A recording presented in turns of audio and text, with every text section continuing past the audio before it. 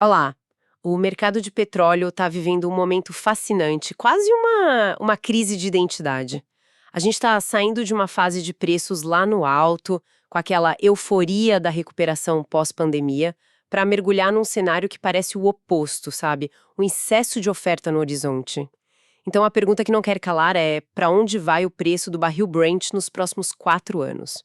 E para tentar destrinchar esse quebra-cabeça, a gente tem um material riquíssimo em mãos. É um compilado de projeções da Agência Internacional de Energia, da agência americana IAE, da própria OPEP e, claro, dos pesos pesados de Wall Street, como Goldman Sachs e JP Morgan.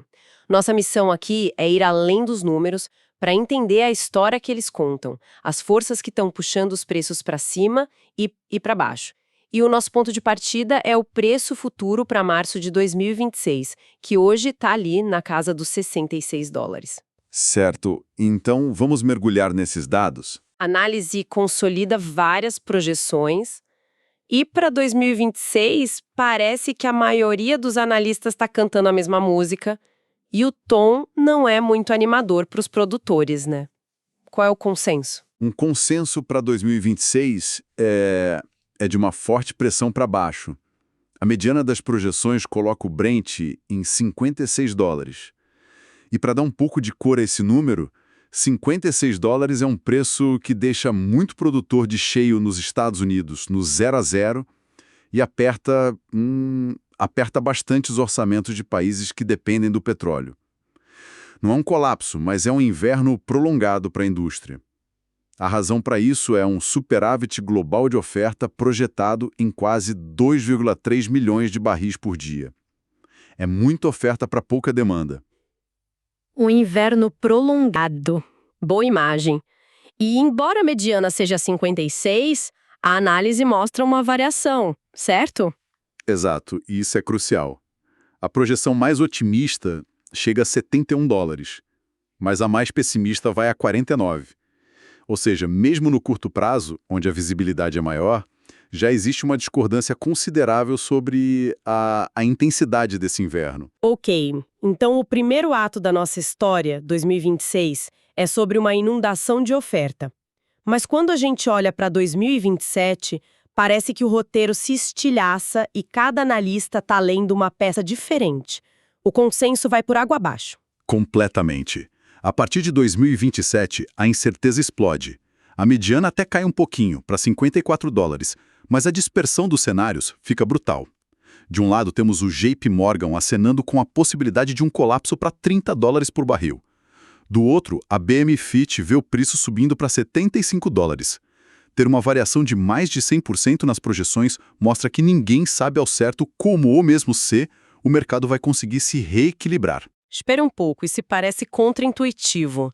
Se em 2027 o mercado pode estar afogado em petróleo a US$ 30, como é que as projeções para 2028 e 2029 mostram uma recuperação tão forte, com a mediana saltando de volta para mais de US$ 70? O que precisa acontecer de tão drástico nesse meio tempo para justificar uma virada dessas? Essa é a pergunta-chave, e a resposta está na natureza cíclica do setor. É o famoso ciclo de boom and bust. Sabe, o melhor remédio para preços baixos são os próprios preços baixos. Um período de barril a US$ 50 ou até US$ 40 força as empresas a cancelar projetos, a cortar investimentos em exploração e produção. Isso cria um vácuo de oferta alguns anos depois. A lógica para 2028 e 2029 é que a ressaca do investimento de 2026-27 vai gerar um déficit de oferta lá na frente, empurrando os preços para cima de novo. Entendi. A indústria pisa no freio com tanta força que, quando o mercado precisa de mais petróleo, os motores não conseguem ligar a tempo. Mas a análise sugere que, desta vez, os protagonistas dessa história podem não ser os mesmos de sempre. Exatamente. A análise tem uma matriz que mostra isso de forma brilhante. Em 2026, o jogo é o de sempre, né? A OPEP Plus tentando cortar a produção para assegurar o preço, enquanto países fora do cartel como EUA, Brasil e Guiana continuam a inundar o mercado. É uma queda de braço clássica. Mas a partir daí, o centro de gravidade do mercado começa a se deslocar, certo? Sim, e de forma dramática. A partir de 2027, a importância da produção de shale americano, que dominou a última década, começa a diminuir. E outros fatores que eram ruído de fundo viram protagonistas. A política monetária global, por exemplo. O custo do dinheiro se torna crítico para financiar projetos de bilhões de dólares, que só darão retorno em 5 ou 10 anos. E o principal, a transição energética deixa de ser um conceito para o futuro e se torna um motor presente, com a análise classificando sua sensibilidade como alta a partir de 2028. Uau, então o que a gente está vendo aqui é uma troca de poder. Por décadas, para saber o preço do petróleo, você olhava para as reuniões da OPEP em Viena. Agora, o material sugere que se deveria estar olhando para a velocidade de produção de baterias na China e para as decisões sobre taxas de juros do Fed. A discussão muda completamente de patamar. É uma ótima forma de colocar. Em 2029, a penetração de veículos elétricos na China e a troca do petróleo por gás natural e solar na indústria se tornam um teto estrutural para os preços. Não adianta a OPEP cortar a produção se a demanda estrutural está desaparecendo, sabe? É uma mudança de regime. Ok, essa mudança de regime fica ainda mais clara quando a gente olha os 4 cenários que a análise desenha. Não são só números, são 4 futuros possíveis. Vamos começar pelo cenário base, a história que o mercado considera mais provável. O cenário base é a transição em velocidade média. É uma história de reequilíbrio gradual sem grandes traumas. Nela, a OPP Plus não entra em pânico. O cartel aceita um período de preços mais baixos, ali na casa dos $55, para sufocar os concorrentes mais caros. A trajetória seria $56 em 2026, uma leve queda para 54 em 2027 e depois uma recuperação controlada para 65 e $70 em 2028 e 2029. É um pouso forçado, mas com o piloto no controle. Faz sentido um pouso forçado, mais controlado, mas a análise do JP Morgan pinta um quadro bem mais caótico, de queda livre. Como seria esse futuro onde tudo dá errado? Esse é o cenário estagnação e excesso. É o pesadelo dos produtores. O superávit de oferta é tão massivo que os preços caem para $51 em 2026 e despencam para 42 em 2027. O ponto crítico aqui é que a disciplina da OPEP Plus pode ruir, levando a uma guerra de preços por participação de mercado. Nesse mundo, o Brent testando os $30 se torna uma possibilidade real e o mercado fica com um excesso crônico de capacidade. Do caos total para o outro extremo. E se a oferta, em vez de sobrar, faltar? Como seria o cenário otimista para os preços? Seria o cenário de tensão geopolítica e restrição. Aqui a narrativa é movida por eventos externos. Imagine sanções mais duras contra o Irã ou interrupções significativas na produção da Rússia. De repente, milhões de barris somem do mercado. Somado à falta de investimento que a gente já comentou, isso criaria um déficit estrutural.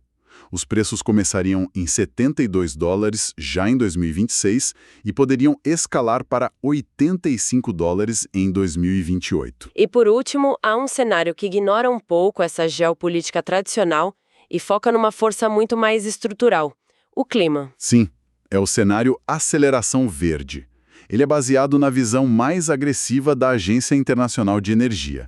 A história aqui é que o pico da demanda por petróleo não acontece em 2035 ou 2040, mas sim antes de 2030. As vendas de veículos elétricos explodem, superando todas as projeções, e o ouro negro começa a ser visto como um ativo encalhado. Você usou o termo ativo encalhado, ou stranded asset. Para quem não é do mercado, isso é basicamente a ideia de que você tem algo que vale muito hoje, como uma reserva de petróleo, mas que no futuro pode não valer nada, porque o mundo mudou e ninguém mais quer comprar. É como ter a maior e melhor locadora de fitas VHS do mundo em 2024. A analogia é perfeita, é exatamente isso. E nesse cenário, a percepção de que o petróleo é um ativo com data de validade leva a uma queda de preços contínua e estrutural, que poderia chegar a $35 por barril em 2029. 4 cenários, 4 futuros completamente diferentes. E como se não bastasse essa incerteza, a análise ainda mapeia os riscos, os cisnes negros, que podem jogar qualquer uma dessas projeções pela janela. Sim, a análise os divide em 3 níveis. O primeiro é o risco que está no radar de todo mundo, uma desaceleração econômica global mais forte que o esperado. A probabilidade é alta, entre 30% e 40%, e o impacto seria uma queda de até $18 no preço do barril em relação ao cenário base. Depois vem os riscos de cauda. Riscos de cauda. É só um jeito mais técnico de dizer um evento de baixa probabilidade, mas com consequências gigantescas. Certo. Um tiro no escuro que, se acertar, muda o jogo todo. Exato. Um desses riscos é a OPEP Plus iniciar deliberadamente uma guerra de preços para quebrar os concorrentes de custo mais alto, como os produtores de shale. A chance é menor, 15% a 20%, mas o impacto seria devastador, com potencial para levar o Brent para casa dos $30, como naquele cenário pessimista do JP Morgan. E, finalmente, o imprevisível. O evento que ninguém vê chegando, mas que vira o tabuleiro de cabeça para baixo. O cisne negro clássico para o mercado de petróleo é um grande conflito geopolítico que fecha uma artéria vital do transporte marítimo como o Estreito de Hormuz. A probabilidade é baixíssima, menor que 5%. Mas se acontecesse, o choque nos preços seria imediato e violento. O barril poderia saltar, mesmo que temporariamente, para mais de $120. Juntando todas as peças, então, o que temos é um mercado que se prepara para um reequilíbrio doloroso, talvez testando o piso de $50 antes de tentar achar um novo normal. A OPEP Plus ainda segura o leme no curto prazo, mas o mapa da navegação está sendo redesenhado pela transição energética e pela economia global. E a divergência fundamental que vai definir qual daqueles cenários se tornará realidade é o timing do pico da demanda global. A Agência Internacional de Energia acredita que ele acontece antes de 2030. A OPEP, por outro lado, projeta que a demanda continuará crescendo por muito mais tempo. Essa briga filosófica explica por que as projeções para 2029 vão de 35 a mais de $80. O mercado está se partindo, e a ideia do Brent como um único termômetro global está sendo testada. Para fechar, a análise nos deixa com uma reflexão que vai além do dia a dia do mercado. Ela questiona o que de fato a gente está medindo quando olha para o preço do petróleo. Exatamente. O preço do barril está deixando de ser apenas um reflexo da oferta e demanda de energia para se tornar cada vez mais o preço de um insumo industrial. Um insumo cujo valor real depende da sua pegada de carbono, da eficiência da sua logística e do risco de se tornar obsoleto. A pergunta que fica para o futuro não é só quanto custa o barril, mas sim qual é o valor ajustado ao risco de um ativo em um mundo em plena transição energética. E para concluir, é importante ressaltar que esta análise tem fins puramente informativos e educacionais. As projeções e cenários discutidos são baseados em fontes de mercado e não constituem qualquer tipo de recomendação de investimento. Os mercados são voláteis e as premissas podem mudar rapidamente.